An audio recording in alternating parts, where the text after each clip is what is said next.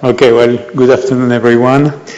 Thank you for coming over. It's going to be a little bit different because we are going to talk about policy and how bioinformatics can help with policy setting. As you're probably aware, you probably remember that last year, the Craig Venter Institute announced the synthesis of the entire, of the first synthetic cell. So they had put together an entire bacterial genome, put it into a cell, and the cell started replicating. So that was a landmark paper.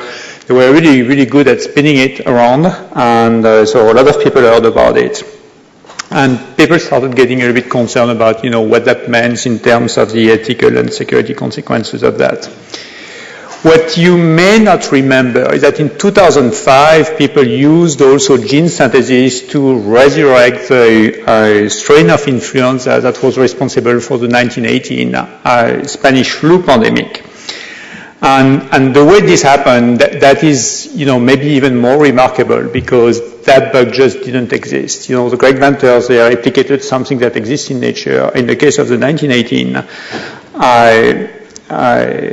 Spanish flu bug, what they did is a sequence. The sequence was available from GenBank, and they got the samples out of corpses that were frozen in the permafrost in Alaska, so they managed to get the sequence, but that sequence was not available from a living organism. And they synthesized the sequence and kind of resurrected that organism that was long gone.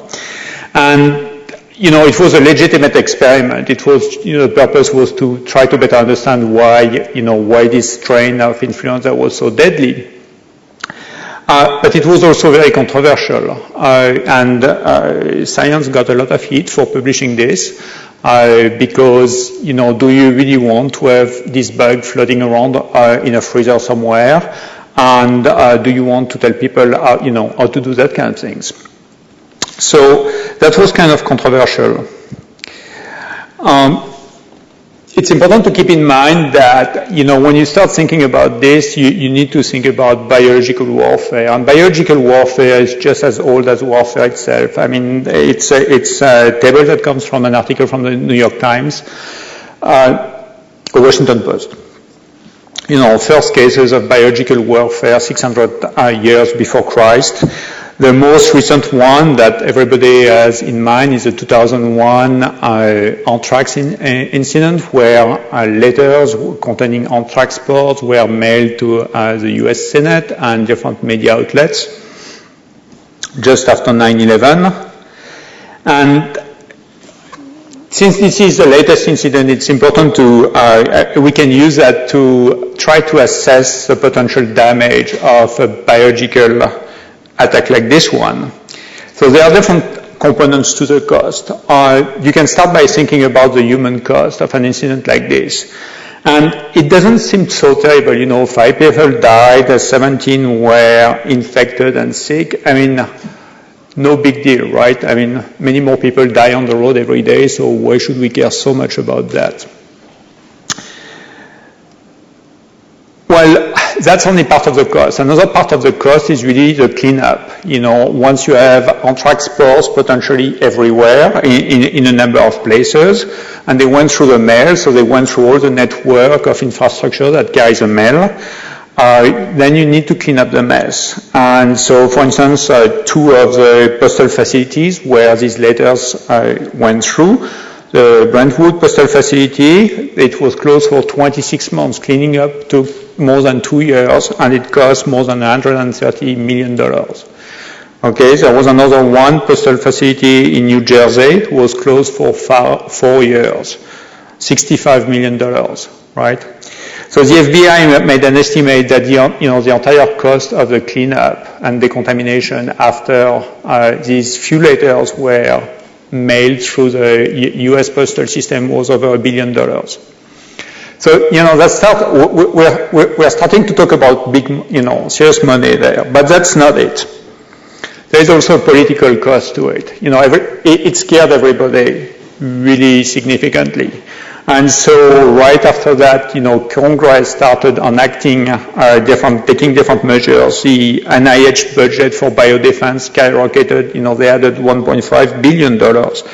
to the biodefense budget. Then 1 year later, the BioShield project came up, to have a lot of anthrax vaccines and things like this stockpiled in freezers that nobody really used, $5.6 billion.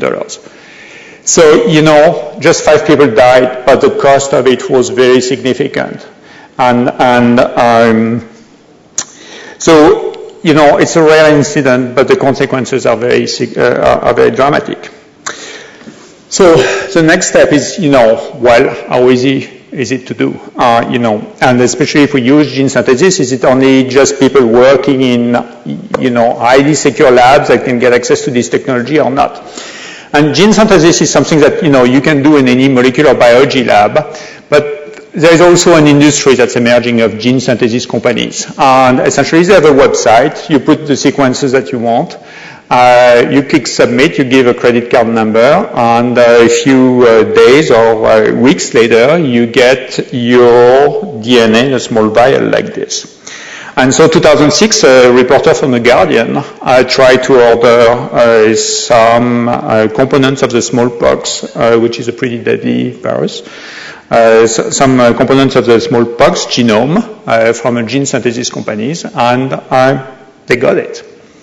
Okay, so a few $1,000, it's within the budget of, a single individual, and that went through the process, and nobody, that didn't raise a red flag for anyone. So that's not good for business. That's not good for the gene synthesis company's business because they don't want to be seen as, an infrastructure that can be potentially leveraged by the bad guys for developing biological weapons. So they were pretty fast to acknowledge that, and they team up. They put together a couple of trade groups that were really essentially created to answer, to catalyze the industry response to the dual use of this technology.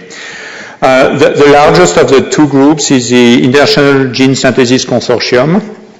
It's 5 companies. They make about 80% of the worldwide synthesis capability. And they put on their website a white paper. It's 3 or 4 pages called the Harmonized Screening Protocol. And, they issued a few press releases and they say that's how we screen our orders, so everything is fine, bring the orders. Well, maybe that was not quite enough. So the federal government started looking into it. 2009, the fall of 2009, they published a draft of a screening framework guidance for providers of synthetic double-stranded DNA. So essentially, it's a guidance. It's not a regulation. It's best practices. But that's the government perspective on how gene synthesis companies should be screening their orders. And naturally, since it's a federal document, it only applies to companies based in the U.S., right?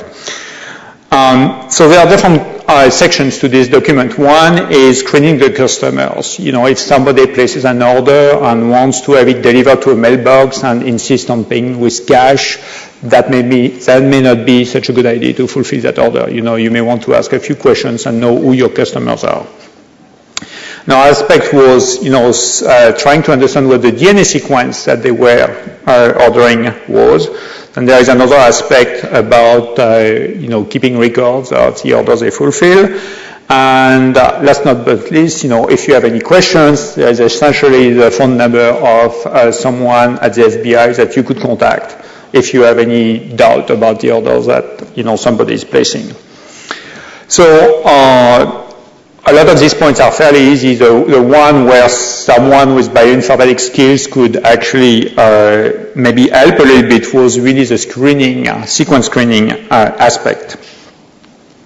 So when we started working on this, that was right after the publication of the draft. Our goal was to just interpret the guidance as an algorithm. It's a 4-page document that was published in the Federal Register, so it's, like a regulatory document, but there is no algorithm. So there is some way to go from there to actually software that does what is written in that document. Then we, once we had interpreted it, we wanted to implement it, and then try to characterize if it actually works. Is it doing what it's supposed to be doing or not, or if there's any problem. So the purpose of the guidance, and that's central, is really to try to minimize the risks that unauthorized individuals or individuals with malicious intent will obtain toxins or agents of concerns through the use of nucleic acid synthesis technologies, and to simultaneously minimize any negative impacts on the conduct of research and business operations. So, it needs to be simple enough that everybody can screen it. We don't want to kill the business. We don't want to kill legitimate research. But at the same time, we want to make sure that nobody's going, that we are going to minimize the chances that people are going to get, materials that they shouldn't be getting for illegitimate purposes. So what is an agent of concern? An agent of concern in the view of the federal government is essentially a select agent or a toxin.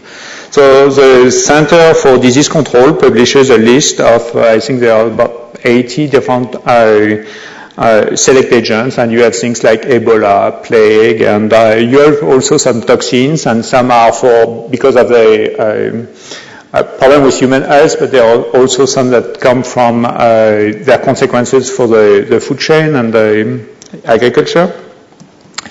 And a sequence of concern is a double-stranded DNA sequence derived from or encoding select agent and toxin. And here there's already a problem, because the list of select agent and toxin, that's what it is. It's a list of species.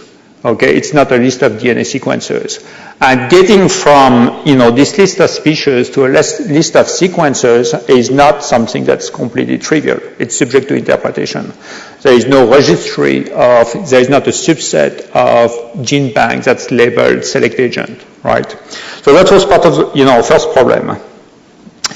Then in order to minimize the background noise, they wanted to make sure that the sequencers that would be picked up by the algorithm were specific of select agents. They didn't want anything that was like housekeeping genes that may be found in plague, but also in, E. coli.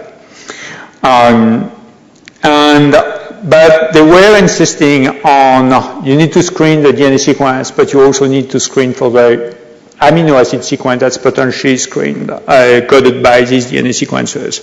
So any DNA sequence that's ordered should be translated into the 6 frames so that you don't leave anything out.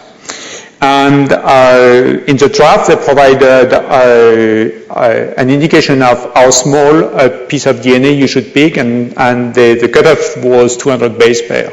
So any DNA sequence of 200 base pair or more that comes and that is specific of a select agent should be flagged by the algorithm. And they proposed a new algorithm, and that was what made it interesting, that they called the best match method that we were supposed to use to screen these sequencers. So in a nutshell, the gene synthesis companies get a DNA. They need to perform a 6-frame translation of that DNA sequence, divide this DNA sequence into fragments of 200 base pair or 66 amino acids, and then for each sequence, do a blast, do a batch mass analysis, and we'll discuss that a little bit later, and then try to figure out if it's a select agent or toxin. And then, it tells you if it's a sequence of concern or not. So what is the best match method?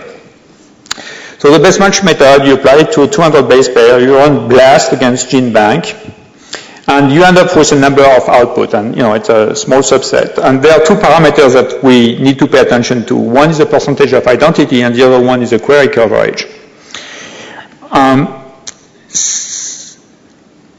What they call the best match is anything that's 100% query coverage, because if you're running a blast on 200 base pair and you have only 50% query coverage, you don't care that much because you're under the cutoff value. So the query coverage should be 100%, but then there is a percentage of identity. So it's not unusual when you run a blast that you have a lot of, especially on a small sequence like this, that you end up with a lot of sequences that have, a perfect identity.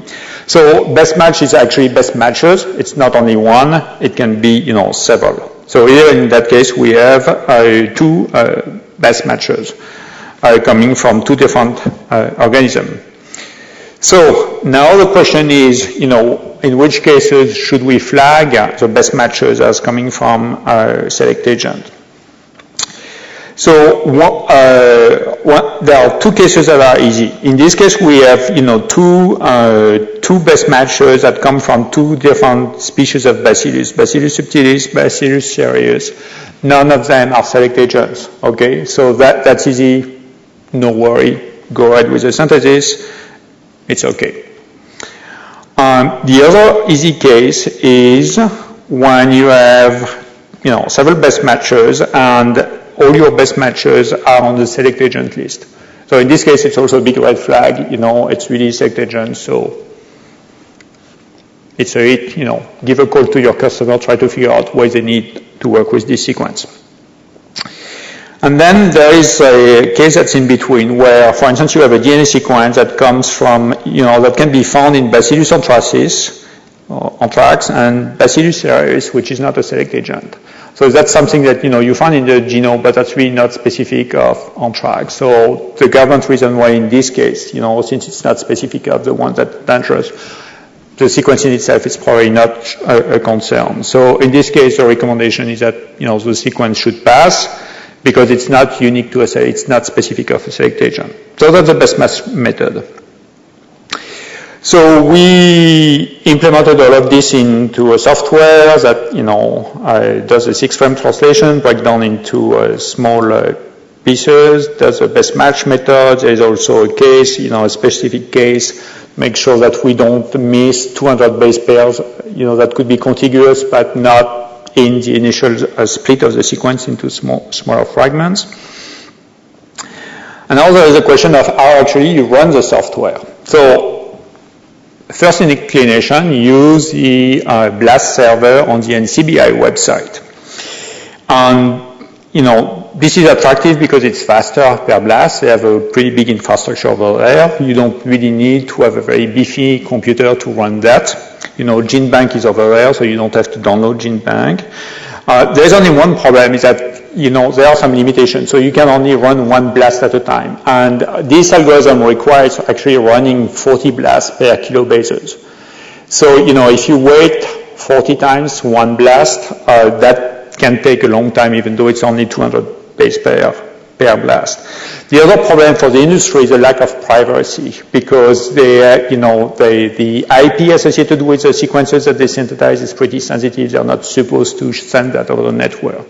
So this is really not, that's the kind of errors that you do when you start sending too much blast on the NCBI server. So running it online on the NCBI website was really not an option. So we had to implement it locally, download GenBank on a regular basis. The advantage is that, perfect privacy. The sequences that you screen are not going outside. It's actually much faster per sequences because you can run, several blasts in parallel on different CPUs. But it's a bit more involved. I mean, you need a pretty decent computer. You need to manage a data set and things like this. So it's not completely, it's a bit more involved. The next question that we asked was, how long is it going to take? And initially when we were starting, it was not completely clear to me that the time that, necessary to run all these blasts would be acceptable. It turns out that, when you run that on a decent sized server, you can screen a 2 KB gene in about 2 minutes. If it's 10 KB, it's going to take 10 minutes. So it's about, more or less 1 minute per KB, which is, it's not instantaneous, but it's acceptable. So it's not an issue. So the next step was to try to see if, try to develop a database of test sequences to see if we could actually screen what we were supposed to see. And there were 2 cases that were fairly easy to develop. There were sequences that came from model organisms that were not select agents. So that's, one category of test. Another category of tests were sequences that came from select agent sequence. That was a little bit more difficult because we had to pick sequences that were specific of select agents to make sure that, they could get detected. Then we had also sequences where we had select agent sequences embedded into larger sequences, which is another thing that the government wants to detect. And there is a category of tests that is, impossible to design, which is sequences that are not perfect matches with something that is in GenBank, because in this case, you really don't know where you should draw the line. If you have something that's close to a select agent sequence, how far can you go before you say, well, it's not a select agent sequence or not? And that, in that case, it's a gray area. So the way we identify whether it's a select agent or not, it's by matching keywords. So we retrieve the GenBank record and we look for specific keywords like species or pathologies and things like this. And we had two different sets of dictionaries of keywords. One that was really limited to the species name, and one that had a number of synonyms. And what we see that the result of the screen, not surprisingly, depends on how many keywords you use. And something that is a bit troublesome here is that the government really didn't provide you with any keyword list. So really you can implement this, and depending on how big is your dictionary of keywords, you're going to end up screening for very different things. So which one is right, it's not completely clear. The good news, and that's not really surprising, is that even if you look for DNA sequences that have been modified, codon optimized, and things like this, but code still for the same protein, you find it. That's not really surprising, but that was one of the goals. The other thing is that we had no difficulty finding small fragments of 200 base pair embedded into a larger sequence, which is actually something that's really made possible by this breakdown of the sequence in 200 base pair fragments rather than just running a blast on the entire sequence, because you would miss that if you were running a blast on the entire sequence. And so at the end of the day, that guidance has a number of strengths. One is that the computational cost is acceptable, which is a good news. Good detection of small fragments, sequences that have been engineered for codon optimization. One of the big advantages is that this method doesn't require the development of a database of curated sequences. It doesn't need people to develop, databases of biological threads, because that's very expensive, that's very lengthy, and that was the approach that the industry had taken before without really having the resources and the skills to develop such a database. So these are the major strengths, but there are a number of very significant limitations. One is that there is no standard set of keywords, so we really don't know what we should be looking for. There is no official test suite of, that we could use to estimate the screening efficiency. So, and as a result, there is also no way of knowing if a particular software implementation meets the expectations of the government. And that's very bothering the industry, because the industry says, well, it's just a guidance. We don't know if it's too much of gray area, and they would really like to make sure that they are in compliance and not that they have done something more or less in line with what they were expected. Another problem is that, the reliance on GenBank makes it extremely easy to game the system. So, it's very easy to defeat that guidance. So there are a number of very strong limitations. These conclusions were published in March this year in Nature Biotechnology. But this is not the most significant aspect of the work. And that's where it gets exciting. The most significant aspect is that this was actually a summer project for 5 undergraduate students who were enrolled in the IGEM competition, which is a undergrad student, and a competition in synthetic biology for undergrad students. They received a safety commendation prize for their work. But they were also invited by the FBI to brief the government on the result of the guidance. So right after the competition, we went to the Hoover Building in DC. They gave a 2-hour seminar to 30 representatives of 15 different government agencies. There were people from the White House, the FBI, the CIA, the Army, you name it. They answered every question that these guys who drafted the policy asked them. I was so proud of them. So they really nailed it. So why should you care? Well, let's do a mental experiment. Let's imagine a scenario for a moment where people start showing up with flu-like symptoms at, wherever you work, regional hospital nearby, people start showing up with flu-like symptoms. And then a week or two later, the FBI or your favorite police department start showing up and ask questions to your students or your employees, and the media start hearing about it. And they start writing papers saying that, maybe your organization is harboring bioterrorists. 2 years later, investigation has been going on. The government has spent $1 billion in decontamination fees. Someone in your organization is arrested, right? So where would that put you? What would be the effect for you of this incident in terms of public relation, in terms of financial liability? Are you going to have to pay the $1 billion for cleanup fees?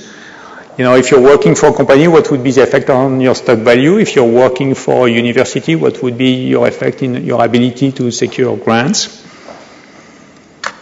So I'm sure that your organization is very well managed and such a scenario couldn't happen where you work. But when I think, and I'm honest with myself, I know that it could happen where I work. Because people, work with DNA, they order oligos, they have the skills, and, somebody could place the other orders without me knowing. It wouldn't be a red flag anywhere, nobody's really checking. So maybe it would be time to start actually checking for the sequences that we are working with. We can screen, orders that we place, what we have in our databases, and if people start working with sequences that just don't relate to the project that they are working on, just ask questions.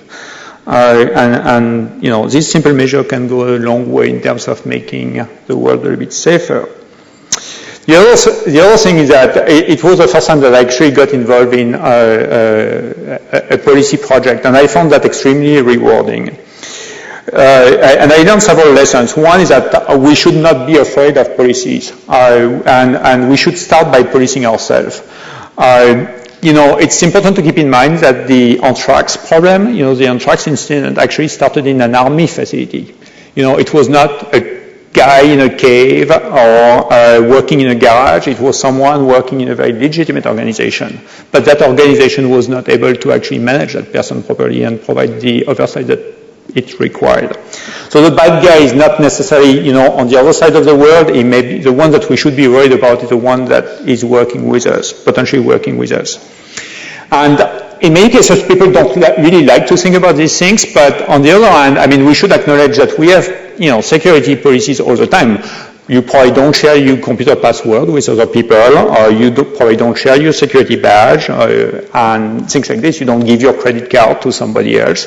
So, why not start thinking about these issues on the biosecurity side as well? And the other thing is that you can also contribute. You have an expertise that can help your government shape policies that actually make sense. It was a shock to me that this best match method was published in the Federal Register without anyone trying it before that.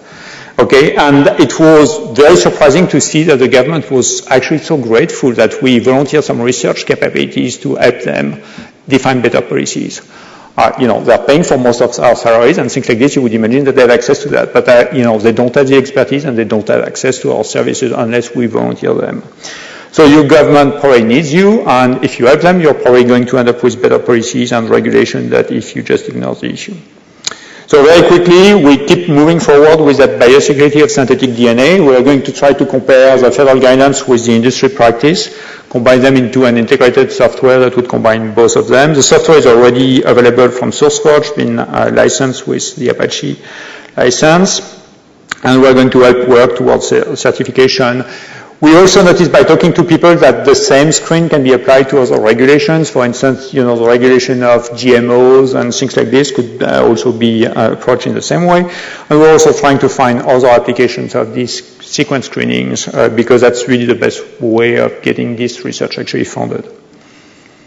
And these are the people who help us, the students who worked on this project. Laura Adams, grad student who was leading that team, and a lot of the steering of this work comes from input that I got from an industrial advisory board that we have for this project and others, and the funding comes from the National Science Foundation and 2 government contractors. Thank you.